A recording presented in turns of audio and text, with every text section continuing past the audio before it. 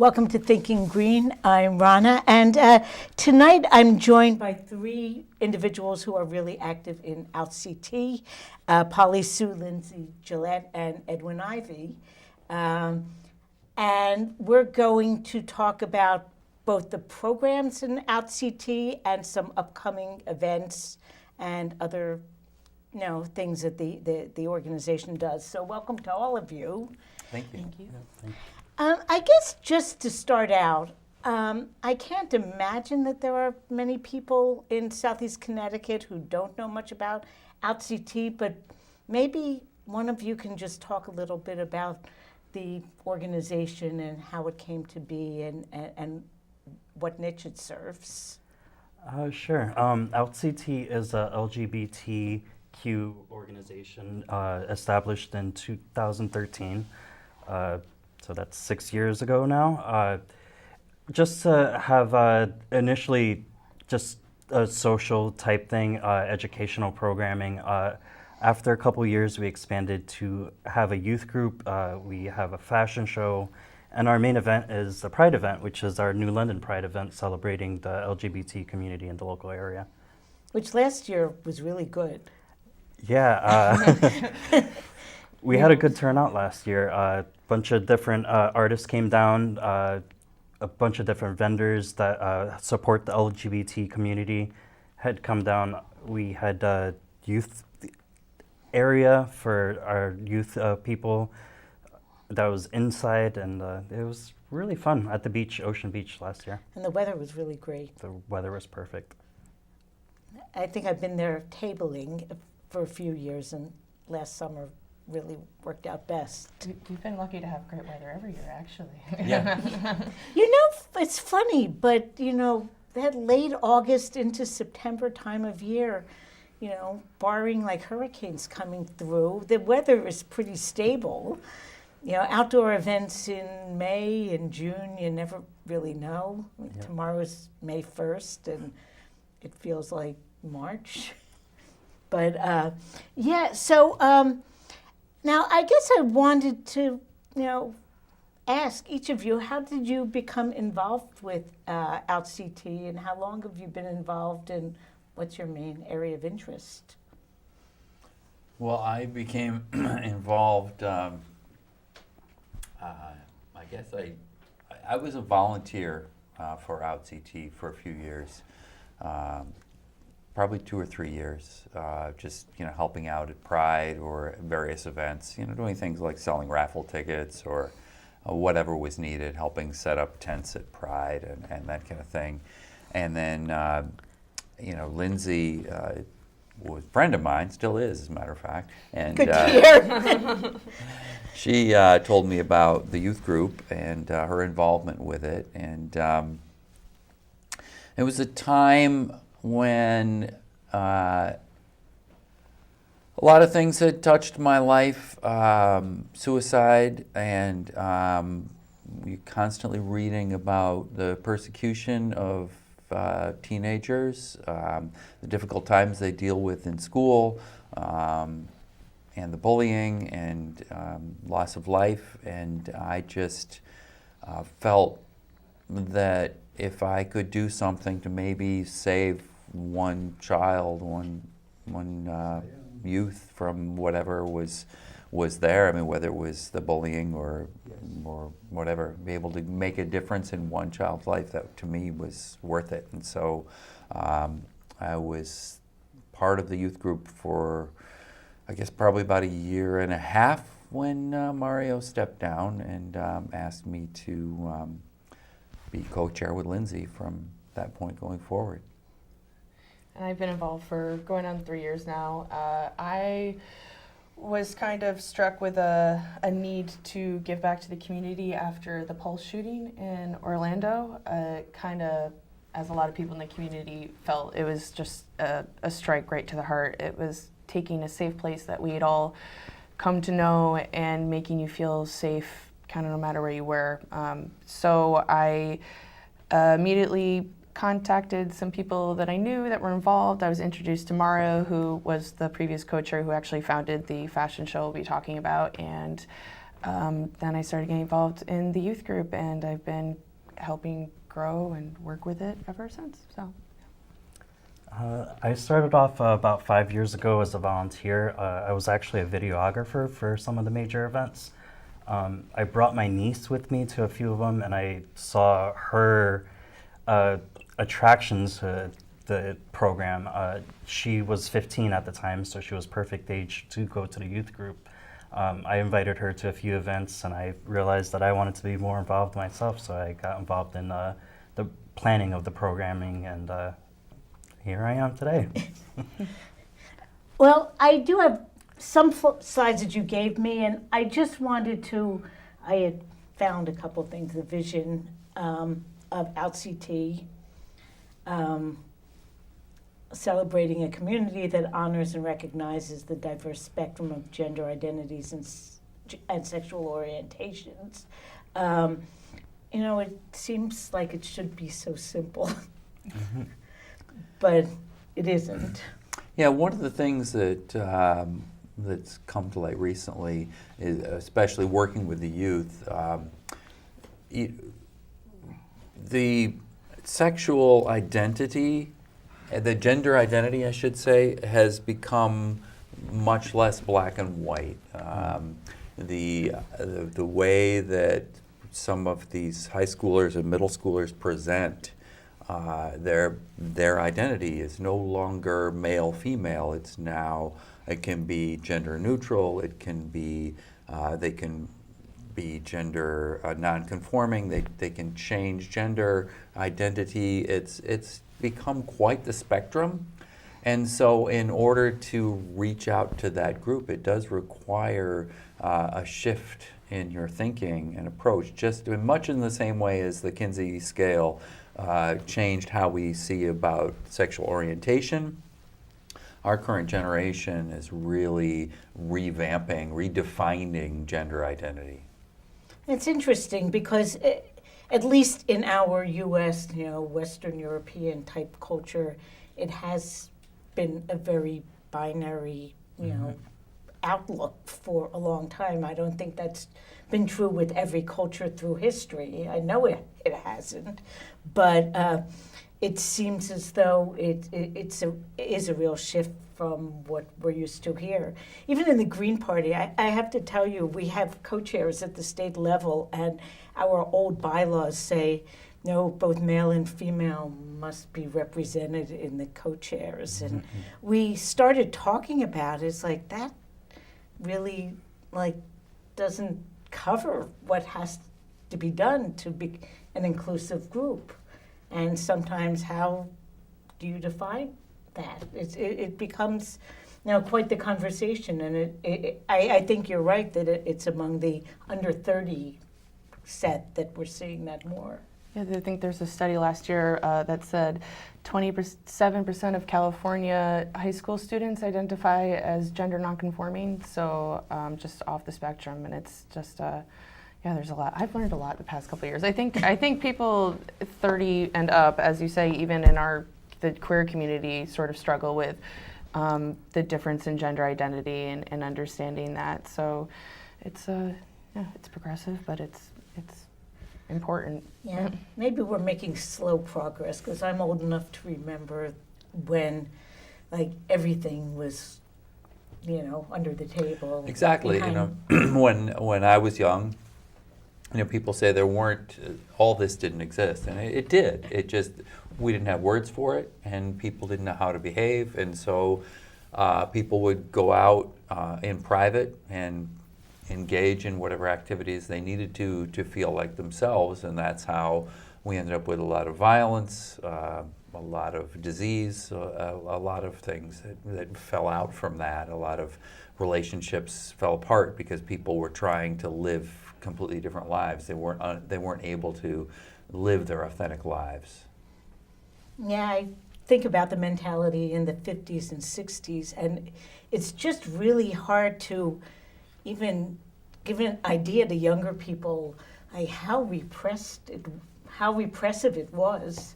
You know, our generation has done some things really horribly, but at least I think it did respond a little bit to, loosening that repression a little. Here it, okay, in the mission of OutCT, building community through educational, cultural, and social programming that promotes acceptance, tolerance, and understanding of all sexual orientations and gender identities. So once again, we expand, and I don't know, maybe there will be more expansion yet into the future. I wanted to talk about the youth group because Polly and Lindsay, that seems to be your passion, and it seems really important. Sure. Well, we meet every month, the third Sunday of the month, and in Noank, Connecticut. We have a 3-hour meeting, and we try to incorporate the same kind of structure. So we start off with an icebreaker, and then we end up having a 45-minute discussion, depending on what we think that the kids need. We do that based on either stuff that's going on in the community or and outside environment stuff, or things that maybe we hear them talking about that they're interested in talking about. And then we have an activity to incorporate the two and get them hands-on, and then we kind of have free time. So that's what we do. And different topics we've talked about is stress reduction, healthy relationships. We've talked about labels and just a different variety of stuff. We talked about emotions and the purpose of feelings and stuff like that. So we bring in other people because I'm not specifically trained in psychology. When that happens, we bring in social workers or psychologists to facilitate those conversations too. So putting that out there. Yeah, we really try to, as Lindsay said, try to figure out what's going on with them, what we hear them talking about. We listen carefully during the free time to hear what they have to say. Sometimes they'll come to one of us individually and talk about something that they feel is important. They do actually communicate with each other between meetings. They have a private social media group in which they talk, and sometimes they'll come to us and say, over the past few weeks we've heard someone talking about this. We think this is maybe a topic that we need to discuss. And so we end up trying to just, as Lindsay said, we reach them where they are. We come, whether it's something at the national level, which certainly there's plenty of to talk about these days, or whether it's something going on with Pride. We try to get them involved with helping plan Pride, helping them plan the fashion show, trying to really, it's about giving them a place where they can just be themselves. They don't have to put on any face. They can just be who they need to be and be safe and comfortable and relax. And for some of them, it is their only place that they could be identified by the name that they truly want to be called. They don't.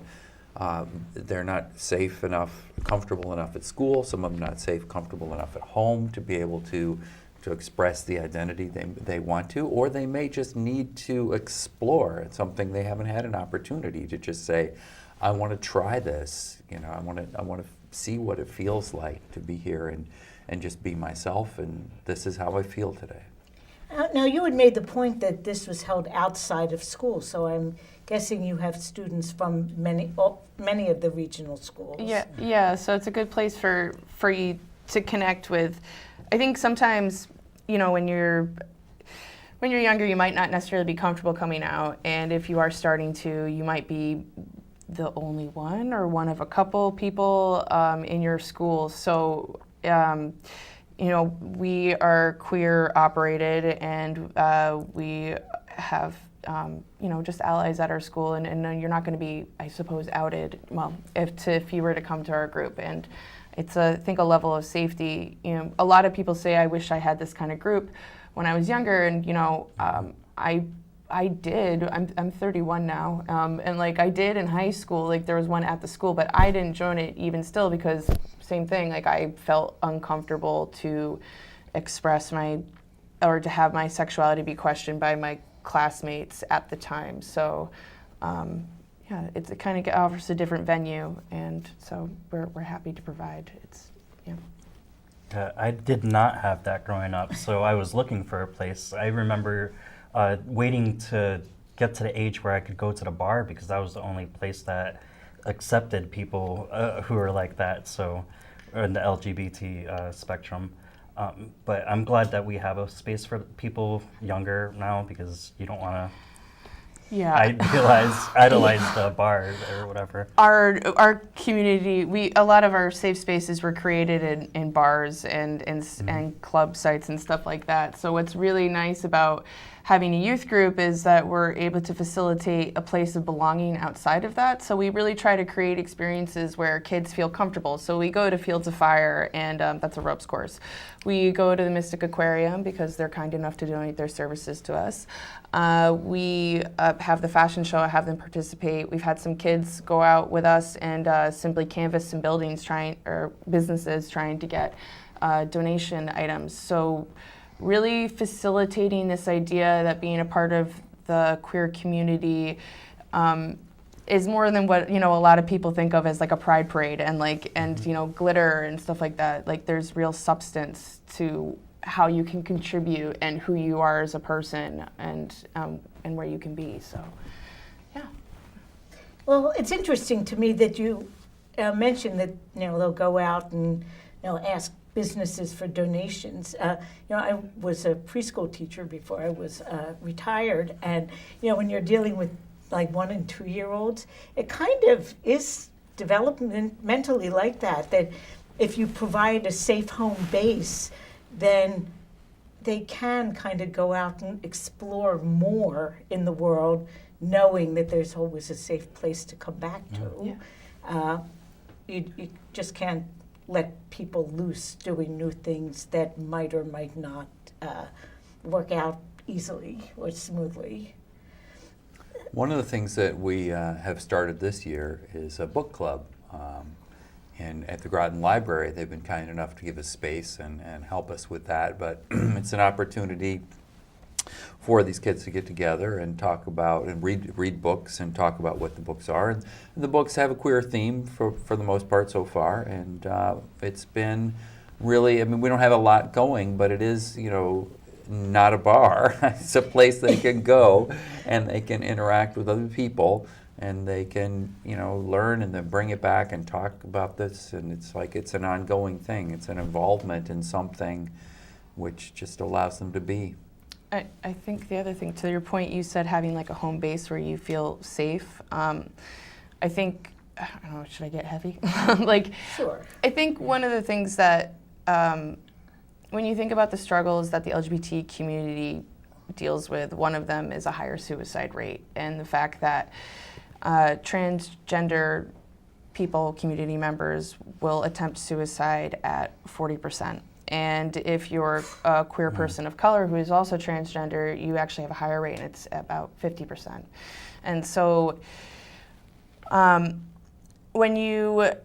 younger you are, the more chances are that you are going to succumb to that type of thinking. And so we know that our work is really important because we are creating a space, like a 12-year-old that can come to a space with 20 other kids that are like them and not feel alone. Like, it's not just something that they can think about, like something that they've heard will happen. It's something that they've already experienced and know that it's here now and it'll be here later, and that they can sort of manifest their own future, think about it earlier on. And I think that's what we're trying to create, stronger senses of self and self-esteem the younger they are, so you don't spend so much time not liking yourself, thinking people don't like you. Yeah, the term safe space has kind of gotten a bad rep recently, but that's really what we provide. It's an opportunity to be, and we have some kids who go away for a while, but they come back, and they're like, I know I can come back. I can come back and fit in, and it just, like she says, we provide this to them, under the guise of it being a fun thing and some pizza to eat and playing in the park, whatever. The truth is, what we're doing is nurturing them and helping them feel safe, because as Lindsay pointed out, the suicide rate is phenomenal, and so we're secretly keeping them alive by giving them pizza, And they love pizza, so. Well, yeah. So you mentioned the high suicide rate. What other risk factors, are the youth likely to have? That might not be as extreme as suicide. Well, they are kind of extreme. So, a lot of the rates will go up when it comes to. If the more supportive your family is, actually, the more the less likely you are to suffer from all these things. But when kids are rejected from their families or struggle with their relationships with their families, you deal with homelessness. And if you're homeless, you probably end up going into sex trafficking. You deal with underemployment. You deal with unemployment. You deal with less educational attainment. You deal with higher rates of drug use. You deal with higher rates of, what was the one I was thinking of? Oh, I can't. A lot of cutting. Yeah, a lot of, suicidal tendencies and whatnot. Yeah, it's not to be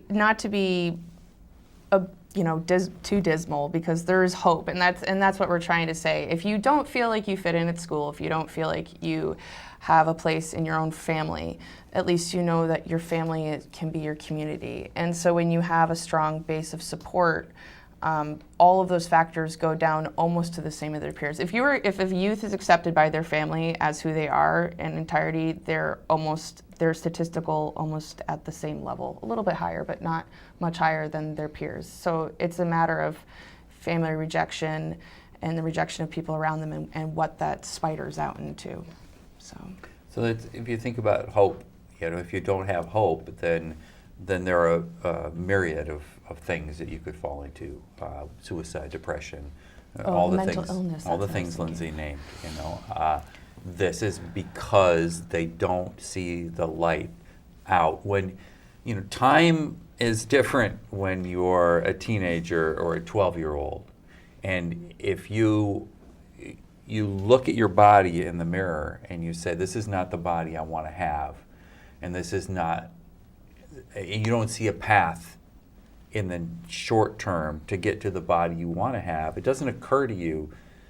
Your mind doesn't accept the fact that it could be that 10 years from now, maybe you will be able to live a successful, authentic life.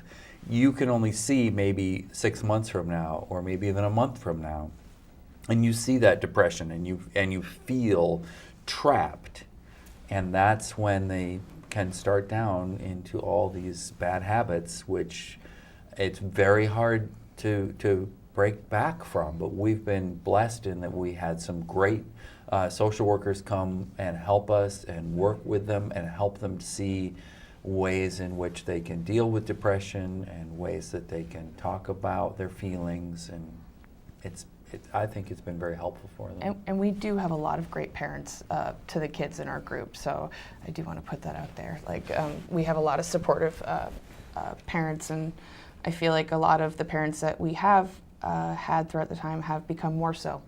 I think it kind of gives them a little bit of solace knowing that their kids have a space, and it kind of creates that first level of understanding that their kids aren't alone, so therefore they are not alone. Yeah, I was thinking as you were talking that isolation, both from a psychic, social point of view, but also just tangible isolation is kind of at the root of a lot of those problems. I mean, either, if you don't feel like you have friends or a support network or family on one hand, but also if you don't have, a consistent place to lay your head or access to medical care or mental health, services, that's also isolating. Mm-hmm. We're also fortunate to have a partnership with Knowing Community Support Services, and we share a space with in a house that they house at-risk youth and young adults. And they also, I've actually been told by the director, Regina, that if we had any kids that we knew of the LGBT community that needed help with that kind of stuff, that they'd be able to help us place or find resources for them. So it's good that we've got that going too. Yeah.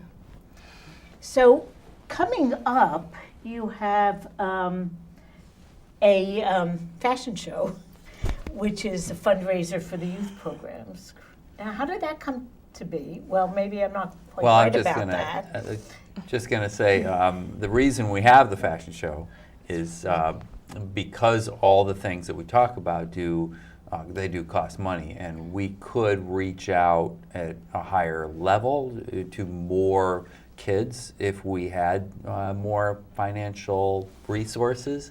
And so it's kind of challenging sometimes to think, well, we could advertise and get more people, but then like where would we put them and how would we support them? And sometimes we wish we had like administrative staff or administrative resources. And it would be ideal to have Edwin talking about the bar. It would be neat if we could set up a coffee shop. It's something that was regularly ours, or a place where they could go. But all that takes money, and so this is why we have the fashion show. And I'm sure Lindsay can talk quite a bit about the origin of the fashion show. Oh yeah, it started 5 years ago. Mara Delicia started it. He actually put up his own money because he had a passion to start a youth group, and this is our 5th annual. And we are a nonprofit organization, so we need to find a fun way to have to make money. So local artists, we have a fantastic host, Kelly Randall, coming up from Florida. And we have a silent auction, we have dinner, dancing. We're gonna have the kids be involved in terms of, they'll be, ushering people and helping with the silent auction. And it's a lot of fun. This year is A Midnight in Paris, but yeah, 5 years. I don't know, every year is a different theme. Last year was fairy tales, the year before that was gods and goddesses. It's one of our biggest events, and we are in the thick of it because it's May 19th and About 3 weeks away. yeah, it's about 3 weeks away. But in addition to the money, it also helps us with awareness. It helps people to know what we're doing, and also allows the kids to get an active role. It's because one of the things that we have them do every year is a community service project. And so the community service project is presented during the fashion show. And it's a big deal for them. We have them help us and get up on stage and make the donation. Last year we gave a lovely bench to Save Futures. And we have something up our sleeve. I don't want to spoil it for anybody today, but You have to come to find out. yeah, I have to right? come to find out what our project was and who's the recipient this year. Well, I do have some slides that I was sent, and I don't know anything about them, so you're going to have to, well, that looks like Paris. That is Paris. That's just to say that that's what our theme is, which is A Midnight in Paris. So that's a picture to denote that. I do not know if these are in any order. We kind of had a little glitch in getting them.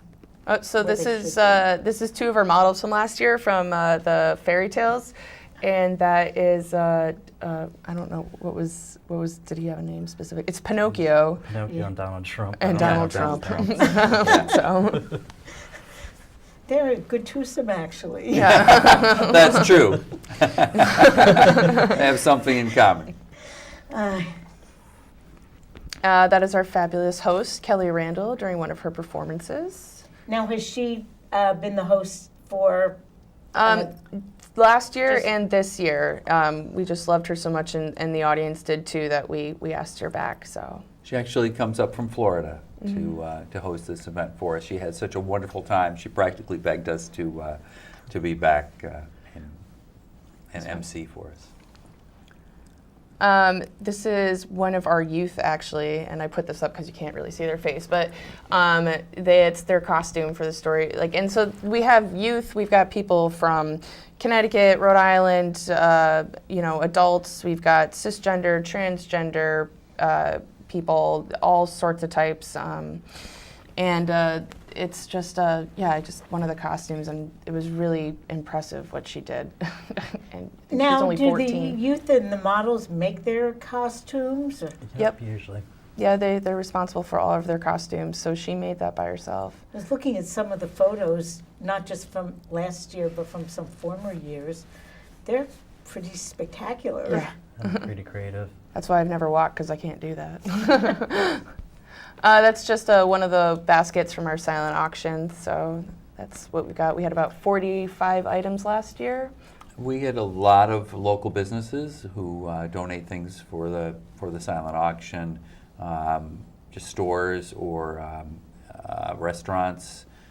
We have bed and breakfast. We had some Got some custom-made things. massages and we usually have some artwork. Some adult gifts for those, and adult beverages, that is. I don't want to mean Right. the other kind. No, we'll be leaving those No, off. and I wanted There's to- kids. I did want to say that it's very much an all-age appropriate event. There's, we have the kids there, and some of them are bringing potentially some of their siblings.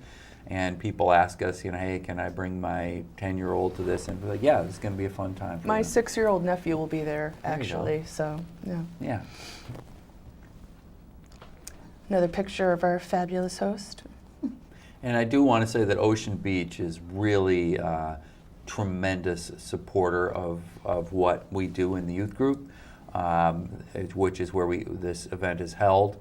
David Segru has done some great things for us. He actually gave us use of the facility to have a winter celebration ball for the youth group, and so we're very lucky to have this partnership with them. It's where we have Pride and where we have the fashion show, and it's just been a tremendous facility They've for been us. amazing. It's one of the costumes, Queen of Hearts. Wow, it's amazing.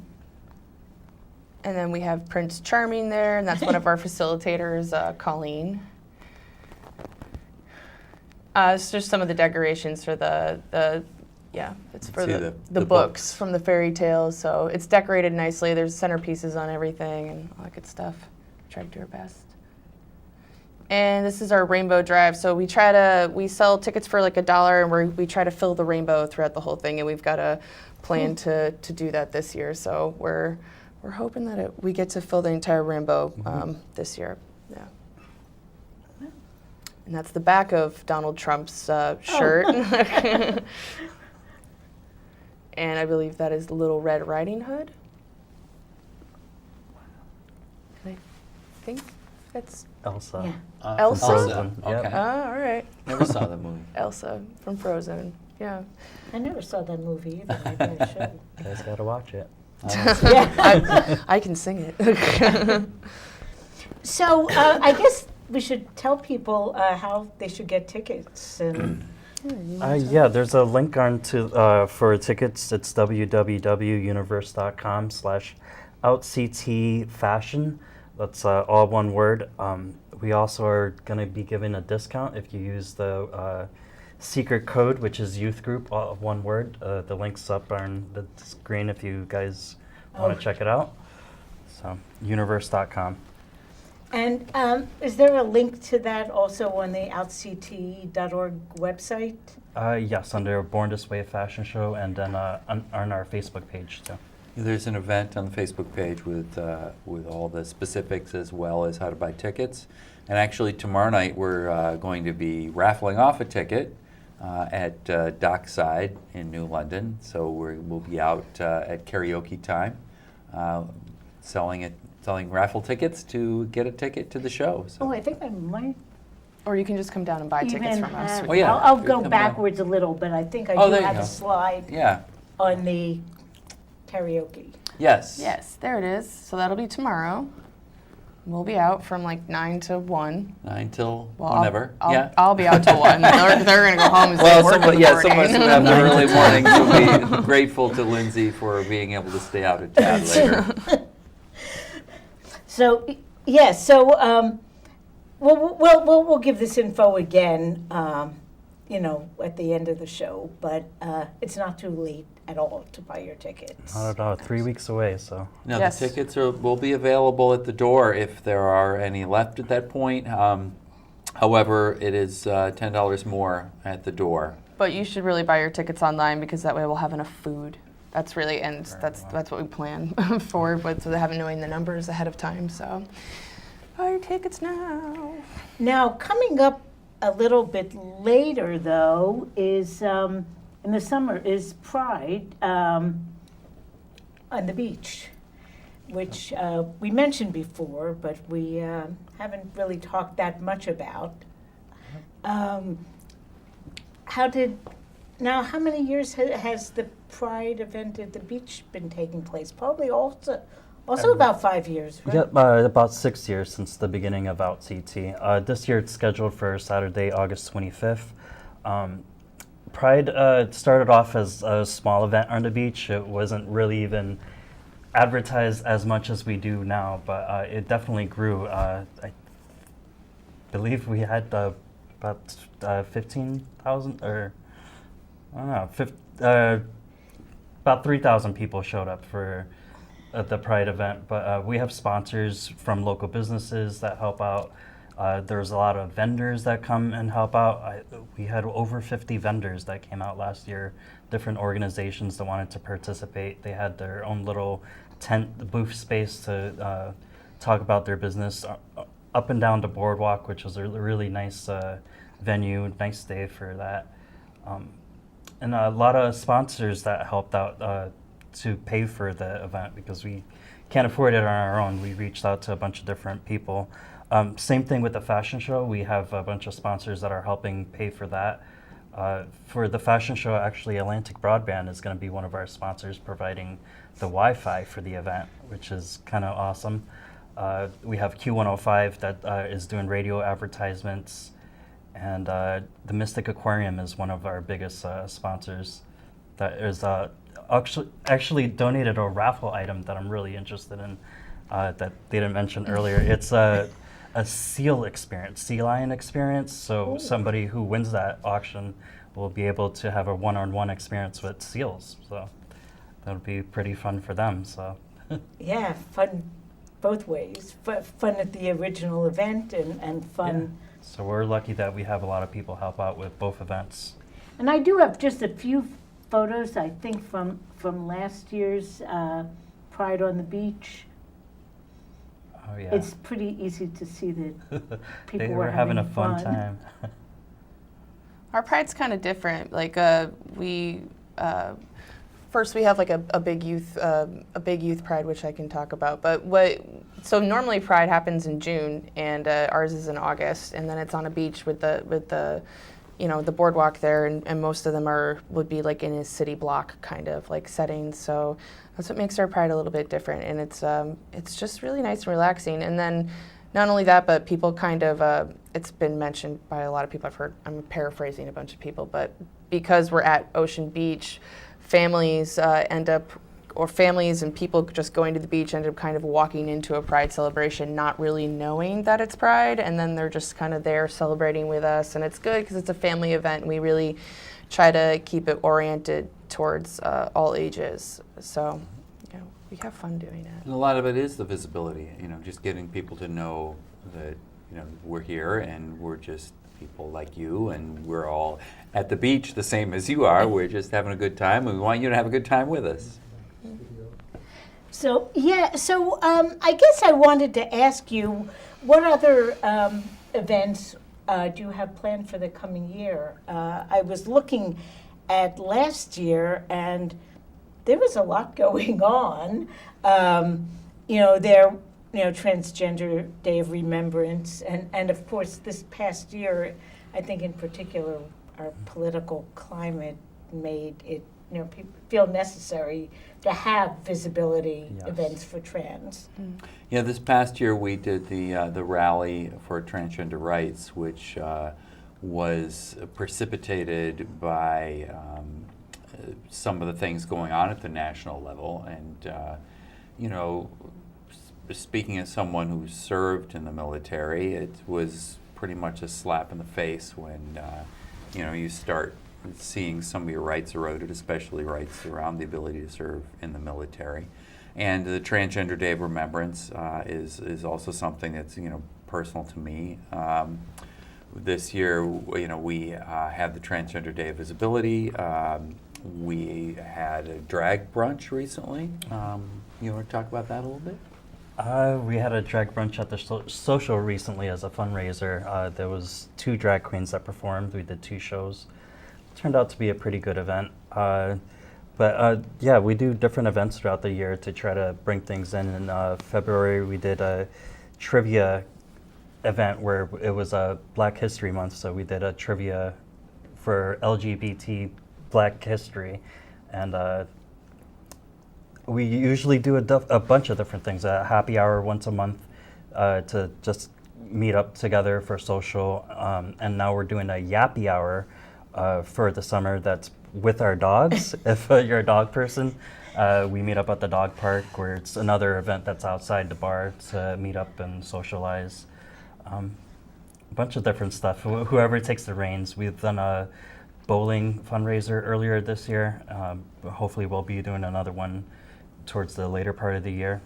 I don't know. Yeah, last year also you had that event up at Voluntown Peace Trust. Yes. That I went to. That was really a great collaboration. The peace movement, getting its little bit in there. One thing which I think that we would be remiss if we didn't spend considerable time talking about actually is the Youth Pride. And Lindsay pretty much organized our Youth Pride event this past year, and what happened was a representative of Northeast Regional Pride from New York came and asked Lindsay if she would present at their regional conference in Pennsylvania because of how different our Youth Pride is from other people. So you want to talk a little bit about Youth Pride? Do. Yeah, so we try to kind of, I guess maybe bring in the ideology of our youth meetings to Youth Pride. So we kind of create a space specifically for the youth, and not just necessarily one that is of glitter and partying. So there's definitely fun, but so there's a space where you kind of just chill out, quiet, like socialize, talk, have discussion, facilitating like smaller spaces, and then we have activities going out like a scavenger hunt. We had a photo scavenger hunt, an obstacle course, and then we end with a big dance party. So it's really having the space just for the youth, and kind of going from there. This year we want to incorporate other things, which I'll let Polly discuss because Polly's my co-chair. So, yeah, we came up with a theme this year, which is Pride for a Day and Proud for Life, because what we realize is a lot of the kids who come to Pride, it's their first experience at this kind of event. Some of the kids who aren't our regular youth group, they come to the event, or as Lindsay was saying earlier, people come with families to the beach for the day and find this event is going on. And so we kind of awaken something in some of them just being at this event, an opportunity to suddenly say, oh, geez, this whole life is out here. And so we feel that what we need to do is to help equip them with the tools they need to be able to go out and live their authentic lives. So we've got some really fun things planned this year. One of the things is that we're thinking about transgender kids who may never have had the opportunity to learn how to tie a tie. If they grew up, if they were assigned female at birth, but they identify as male, never had an opportunity to figure out how to put on the right shirt, or braid someone, their hair. or someone who was assigned male at birth who never had the opportunity to braid their hair, or to do makeup. And we're working with a local makeup organization, local organization of a national brand, who may be able to come out and do transgender makeup for the kids. We're looking at getting some key people who have succeeded in life, who are who are queer and have an opportunity to come and talk to them about how they can succeed at life and how many ways we can just take this opportunity to help them see that it's not just all about, it's not a day of glitter and fun, but it's an opportunity to learn that they're cool who they are. They don't need to adapt to be somebody else, and we and other people will help them explore their identity and help them grow and strengthen. I think the biggest thing, and we've gotten all of these tips from the kids themselves, like we literally asked them what they would like. And one of the things that they're really looking for are queer mentors. Just they want to have the discussion. So it's not necessarily putting them in a place where they might be sort of a small fish in a big pond, or what it feels like at the age of 14 showing up to your first Pride event. But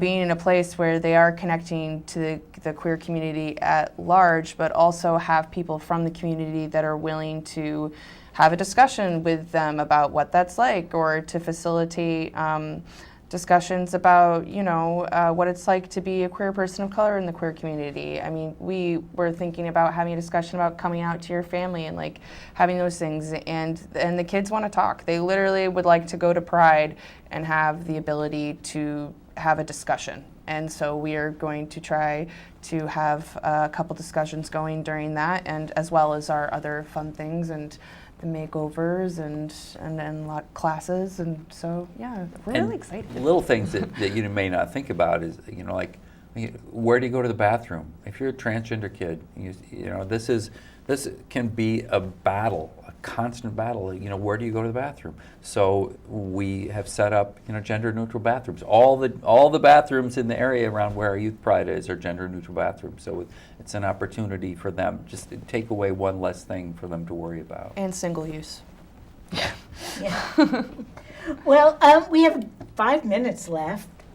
So I wanted to ask you if there are people watching who are youth or who know young people who really could use to get connected. What's the best way for them to do that? Email us, youth@outct.org. I will respond to the email. That's how most people get in touch with us. We have a phone number, which you can find online, which I think it's 399-4060 extension 204. Yep. Wow, that was good. But it goes to my cell phone, and you should just email me. So and I will get back to you for sure. But next month, May, we do not have a meeting. It's simply the fashion show, and buy your tickets. Please come. It's a really, really fun thing. It's one of our biggest events. Like, people look forward to it. If they've gone, they continue to go because it's something that they look forward to every year. And it's a really fun time. Yeah, I mean, anybody who has any interest, whether you're thinking of attending, or you have a friend who wants to attend, or you just have somebody who you're not sure about, please, email us. We're more than happy to respond. We love seeing email from new people. We love bringing new people into the group. The only thing that limits us is financial resources, and the only way to solve that is to buy your tickets to this fashion show and come out on May 19th. And again, we've got some great items for the silent auction. As Edwin said, we have a lovely package from the Mystic Aquarium, Card Arts Theater, the tattoo parlors. A lot of people are joining in. Jody Jolt and the Volt. Yep. Lots and lots of great stuff to auction off. We're going to have an extra live auction at the time. Another secret item that we don't want to go into right now that we're going to have. So there's lots of great stuff. It's going to be a really fun time. We promise you that. And so I guess about the last thing that I wanted to ask is adults, members of the community that want to support OutCT, in a general way, what kind of ways can they help? Come to some of our events. You can find our events on our webpage or our Facebook, www.outct.org, or Facebook OutCT. We have different events throughout the years. Sometimes they're fundraisers, sometimes they're social events, educational events. But just check with us and see what's next. Yeah. Fashion show's coming up, so that's the first one. I would say if you're interested in volunteering, you should definitely show up to the happy hours for OutCT. Yep. I think sometimes when volunteers get in there, they kind of expect to be doing a lot right away, and when they're not doing everything all at once, they feel a little discouraged. But come to the happy hour, keep it loose, keep it easy, meet some people, and then see how you can kind of help in the future and keep open. So. And for the youth group, we actually have been contemplating bringing in people who want to volunteer to teach life skills, whether it's changing a tire, sewing a button. You know, lots of people have life skills of one type or another. And if some of the adults want to come in and spend some time, you know, helping these kids learn how to do their taxes or whatever. You know, these things, Absolutely. there are things that you don't necessarily learn in school, which are important to be able to know, to be able to be successful in life. Okay, thank you. We're out of time. Check out the fashion show. You can find out more at OutCT. And thanks for coming on. Thank you you very so much. much. Yeah.